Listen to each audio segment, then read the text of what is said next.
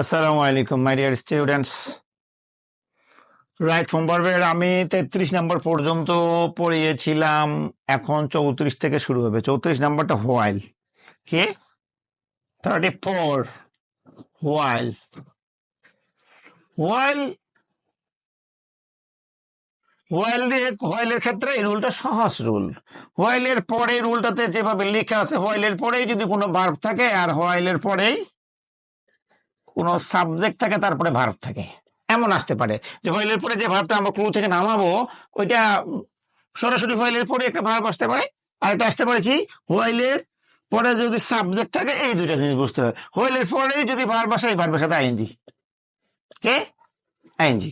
While going there I saw him, I saw him. এইভাবে যদি হয়ে যায় না, এতটুকু হলে এতটুকু বুঝলেই না। আবার হোয়াইলের পরে সাবজেক্ট থাকলে এটা পাস্ট কন্টিনিউয়াস করতে হয়। কি করতে হয়? Past continuous. আর আমি পাস্ট কন্টিনিউয়াস বুঝি না, তাহলে লিখতে হবে বা আমার ভিডিওগুলো বারবার দেখতে হবে স্টুডেন্টস। ওখানে পাস্ট টেন্সের উপরে একটা ভিডিও দিচ্ছি আমি, পুরো পাস্ট টেন্সটা আমার একটা ভিডিওতে আছে। ওই ভিডিওটা আমার আইনলিটির জন্য দেখলেই হয়ে যাবে আমার চ্যানেলে। তাহলে হোয়াইলের পরে সাবজেক্ট, সাবজেক্টের পরে ওয়াজ লাগবে। কি লাগবে? পাস্ট কন্টিনিউয়াস মানে সাবজেক্টের পরে ওয়াজ বা ওয়ার। এখানে আই এর সঙ্গে ওয়াজ হচ্ছে, এরপরে ভার্ব তাহলে গোয়িং হবে। While I was going to school, যখন আমি স্কুলে যাচ্ছিলাম। তারপরে ইচ্ছা মতো দিতে পারবে, এটা পাস্ট অ্যাকশন তো। আই স হিম, আই স। তাহলে কি শিখলাম আমরা? হোয়াইলের পরে যদি ভার্ব থাকে, ভার্বের সাথে আইএনজি হয়ে যায়। আর হোয়াইলের পরে যদি একটা সাবজেক্ট থেকে যায়, সাবজেক্টের কারণে কি হয়? পাস্ট কন্টিনিউয়াস করতে হয়। I hope the rule is clear for my students. And let's 35. What about 35? 35 রুলটা হলো কোন সেন্টেন্সের ভার্ব তার সাবজেক্টের নাম্বার পারসন টেন্স অনুযায়ী বসে। এটা তো বেসিকই। এটা 35 হলো কোন সেন্টেন্সের ভার্ব, কোন লিখি একটু, কোন সেন্টেন্স এর ভার্ব তার সাবজেক্ট নাম্বার, সাবজেক্ট নাম্বার অথবা পার্সন অনুযায়ী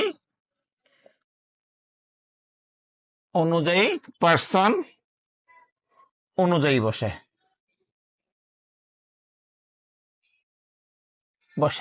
গভীর মনোযোগ দিয়ে স্টুডেন্টস। যেমন I go to school regularly আছে, রেগুলারলি। হি এখানে গো লেখস, টু স্কুল রেগুলারলি। এখন স্যার আই থাকার কারণে আই হলো ফার্স্ট পারসন, রেগুলারলি হলো 3 নম্বর রুলটা আমি পড়িয়েছিলাম। 3 নম্বর রুলে প্রদত্ত কোনো সময়ের উল্লেখ থাকে না এমন সেন্টেন্সে যদি always, regularly, sometimes, open, generally, daily, usually, occasionally, normally থাকে, প্রেজেন্ট ইনডিফিনিট টেন্স হয়। রেগুলারলি বলতেছে ভাই আমি প্রেজেন্ট ইনডিফিনিট বানান। প্রেজেন্ট ইনডিফিনিট মানে কি? সাবজেক্টের পরে কি বসে? Verb one.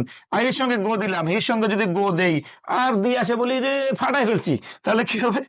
কাজ হবে না, কারণ এই গোটা হবে না, কারণ হি হলো থার্ড পারসন সিঙ্গুলার নাম্বার। ওই যে বলছিলাম নাম্বার আর পার্সন অনুযায়ী বসে না, তাহলে কি হলো? হি হলো থার্ড পারসন এবং থার্ড পার্সন হলো, এবং নাম্বার কি? Singular number. এই জন্য কি হচ্ছে? ইয়েস হয়ে যাবে। কি হয়ে যাবে? ইয়েস। আবার যদি লিখি they go to school regularly, go to school regularly, দের সঙ্গে গো হবে? হ্যাঁ, দের সঙ্গে গোই হবে। কেন? দে থার্ড পারসন যদিও, বাট এটা থার্ড পারসন সিঙ্গুলার নাম্বার না, এটা কি? প্লুরাল। এই বিষয়গুলো এই তো আমি বোঝাচ্ছি, খুব বেশি দিতে পারবো না স্টুডেন্টদেরকে। এই বিষয়গুলো তো আমি ক্লিয়ার করতেছি। 35 চলে গেলো, 36টা দরকার নেই। একই দৈর্ঘ্য পরিমাপ বোঝাতে সিঙ্গুলার হয়, এগুলো স্টুডেন্ট বুঝবেন, এতটা দরকার নাই। আমরা 37-এ চলে যাই। 37টাতে আমার সময় লেগে যাবে একটু। 37টা বইয়ে যেভাবে দেওয়া আছে এইভাবে স্টুডেন্টদের ক্লিয়ার হবে না। আমি 37টা আমার মতো করে পড়াই। এটা পড়াই এইভাবে যে কোথাও কোনো কিছু আছে, কোথাও কিছু আছে বোঝাতে কি বসে? দেয়ার প্লাস অক্সিলারি ভার্ব, প্লাস যা আছে, প্লাস যেখানে আছে। যা আছে প্লাস যেখানে আছে, এই কোথাও কোনো কিছু আছে বোঝাতে এই রুলটা বসে। যেমন আমাদের স্কুলে আমাদের আমার রুমে 2টা জানালা আছে, দেয়ার আর 2 উইন্ডোজ, এই যে দেয়ার বসে। এখন আমি অনেক স্টুডেন্টকে দেই যে আমার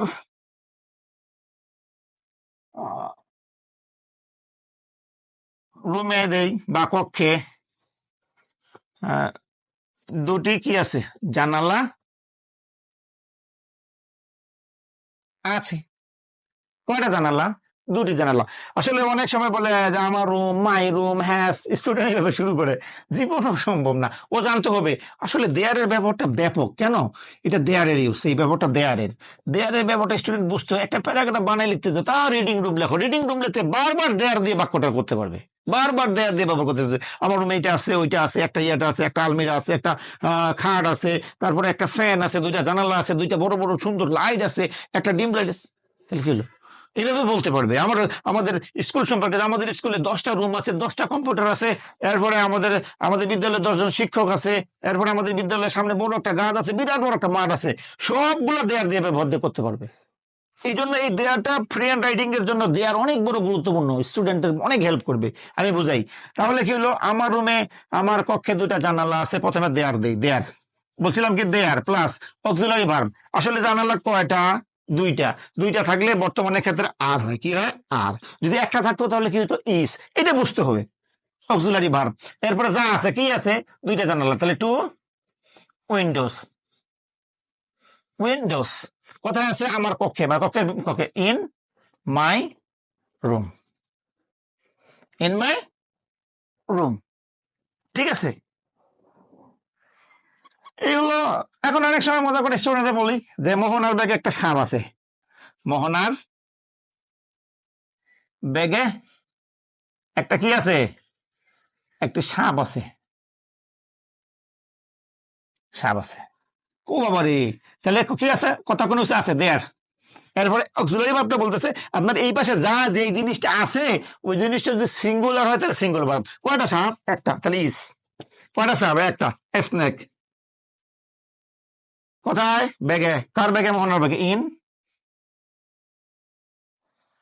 মোহনাস ব্যাগ। এই হলো কথা। এই জন্য স্টুডেন্টস, যে আমার রুমে 2টা জানালা আছে, আমাদের স্কুলে বিদ্যালয়ে একটা বিরাট বড় মাঠ আছে, তাই না? যে আমাদের স্কুলের পিছনে 2টা একটা বড় পুকুর আছে, আমার রুমে একটা আলমিরা আছে, একটা খাট আছে, 2টা টেবিল আছে। এই কথাগুলো এইভাবে সারাটা দিন বলতে পারবে যে আমাদের গ্রামে 2টা বিদ্যালয় আছে, আমাদের গ্রামে 2টি বলে একটা বট গাছ আছে, ব্যানিয়ান ট্রি, বিরাট বড় একটা বট গাছ আছে। বিদ্যালয়ে আমাদের গ্রামে 2টি বিদ্যালয় আছে, আমাদের গ্রামে 2টি বিদ্যালয় আছে। তাহলে কি হলো, কটা? 2টি। তাহলে কি বলবে, অনেকেই বলে যে যারা দেয়ার বোঝে না, ইন আওয়ার ভিলেজ, এরপরে টু, এরপরে পারে না ভিলেজ, পারবে না, এভাবে সম্ভব না। কি লেখা যাবে, দেয়ার প্লাস অক্সিলারি ভার্ব কি, মানে অক্সিলারি ভার্ব কি, there plus auxiliary verb. Auxiliary verb কি, there plus auxiliary verb plus যা আছে প্লাস যেখানে, মুছে বলছিলাম যেখানে আছে। তাহলে দেয়ার লিখলাম, অক্সিলারি ভার্ব কোনটা, কয়টা বিদ্যালয়? 2টা, তাহলে 2। দেয়ার আর হবে, কি হবে, আর। এটাই বুঝতে হবে। যদি বলে স্যার আছে না, স্যার ছিল, স্যার এখন নাই স্যার, আর কিসে ছিল, এখন 5টা বিদ্যালয় আছে, তাহলে কি হলো, দেয়ার আর হবে না, কিন্তু কি হবে, ওয়ার হবে। কি হবে, ওয়ার। এরপর কি, বিদ্যালয় কয়টা, যা আছে, অক্সিলারি ভার্ব লিখলাম ওয়ার। এরপর কি, যা আছে, কি আছে, 2টা বিদ্যালয়, 2 স্কুলস। কোথায় আছে, আমাদের গ্রামে, ইন আওয়ার ভিলেজ। এতটুকু স্টুডেন্টস এক সম্ভব। এই আমার ধারণা অনুযায়ী কোন স্টুডেন্ট যদি এই মোটামুটি 37 রুলের মধ্যে এগুলো মোটামুটি ভালো বুঝে ফেলে, রাইট সম্ভব পারে ফেলবে এটা বলবো না, প্র্যাকটিস লাগবে প্রচুর। হ্যাঁ, তবে অনেক হেল্প করবে তাকে রুলগুলো। আমি যেভাবে করাবো, আমি এরপরে থেকে বোর্ডে লিখবো, বোর্ড কোশ্চেনগুলো আর বোঝাবো, এবং নাম্বার সহ বলে দেবো, এটা এত নাম্বার থেকে আসছে, ওইটা এত নাম্বার, ওইটা এত নাম্বার। স্টুডেন্ট যদি মনোযোগ দেয় কোনো বিষয় না। আজকে পর্যন্তই। আসসালামু আলাইকুম।